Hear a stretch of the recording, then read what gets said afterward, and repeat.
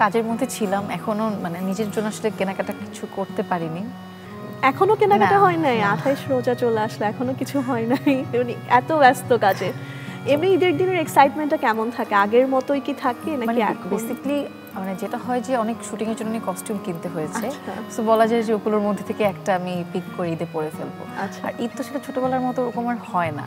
আমি চাই না, আমার এক্সাইটমেন্ট আছে, বাট নতুন ড্রেস পরবো, বাইরে ঘুরতে যাবো, এখন আর ওইটা হয় না।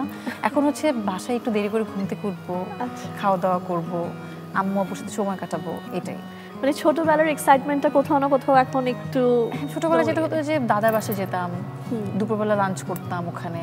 এখন হচ্ছে যে আসলে মানে দাদা দাদু নেই আমাদের সাথে, আর চাচা চাচিরা সবাই একটু দেশের বাইরে থাকে, তো যখন তারা আসে তখন হচ্ছে গেট টুগেদার হয়, তাও সন্ধ্যার পরে। এটা কি ভালো লাগে সালামি দিতে নাকি নিতে বেশি ভালো লাগে? নিতে তো অবশ্যই ভালো লাগে, বাচ্চাদের দিতে ভালো লাগে।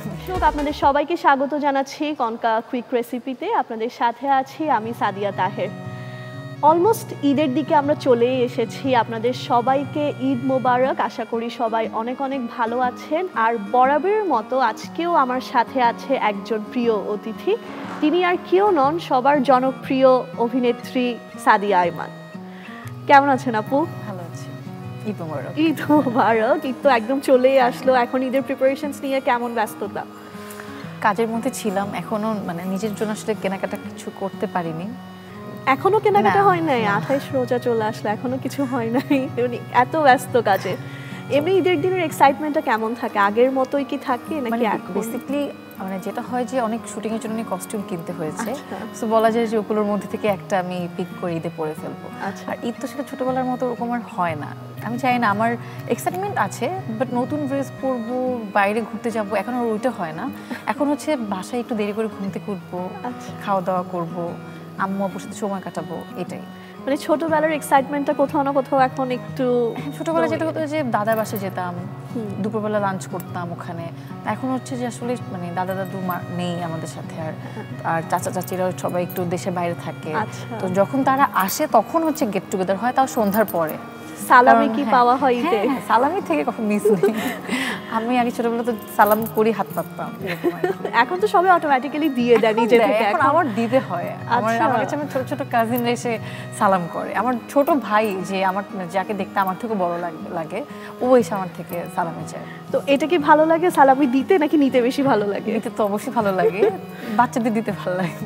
আচ্ছা, আমি একটা কথা শুনেছি আপনার ব্যাপারে। আপনি যেহেতু বরিশালের, আমি যতটুকু জানি বরিশালের মানুষরা নাকি সকালে নাস্তা করে না। আপনাদের বাসায় সকালের নাস্তাতে কি থাকে? আমার বাসায় আমি করি না আসলে। যেমন আমার আব্বু তো অনেক সকালে উঠে, আম্মু উঠে রুটি বানায়, কারণ আমার আব্বু বাইরে যাওয়ার আগে আম্মুর হাতে নাস্তাটা মানে না খাওয়া পর্যন্ত বসে থাকে, যে খেয়ে তারপর সে বের হবে, এরকম। তো অনেক সময় যেটা হয় যে আম্মু পরোটা ভাজি করে বা রুটি ভাজি এগুলো থাকে, আবার মাঝে মাঝে তারা আবার সকালবেলা ভাত খায়। আচ্ছা, ধরেন আমার আম্মুর যেটা আমার খুব ফেভারিট, সেটা হচ্ছে চিংড়ি মাছ ভাজি। আমার আম্মু আমার ওটা খুব ভালো লাগে। আমি এখন আম্মুকে বলি যে আম্মু আমাকে চিংড়ি মাছ ভেজে তো আমি ভাত খাবো।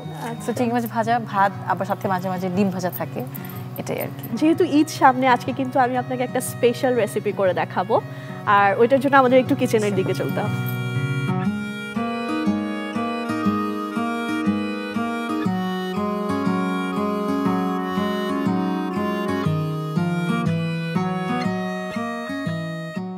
আপু, আজকে আপনার জন্য একটা স্পেশাল রেসিপি করে দেখাবো, ওটা হচ্ছে শির খুরমা।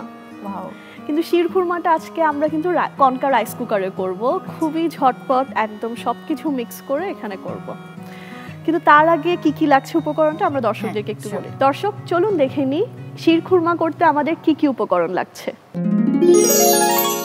শির খুরমা উপকরণ: ঘি 4 চা চামচ, সেমাই পরিমাণ মতো, গুঁড়ো দুধ 3 টেবিল চামচ, তরল দুধ পরিমাণ মতো, কনডেন্স মিল্ক 2 চা চামচ, কিশমিশ 2 টেবিল চামচ, কাঠবাদাম কুচি 2 টেবিল চামচ, খেজুর কুচি 3 টেবিল চামচ, পেস্তা বাদাম কুচি 2 চা চামচ।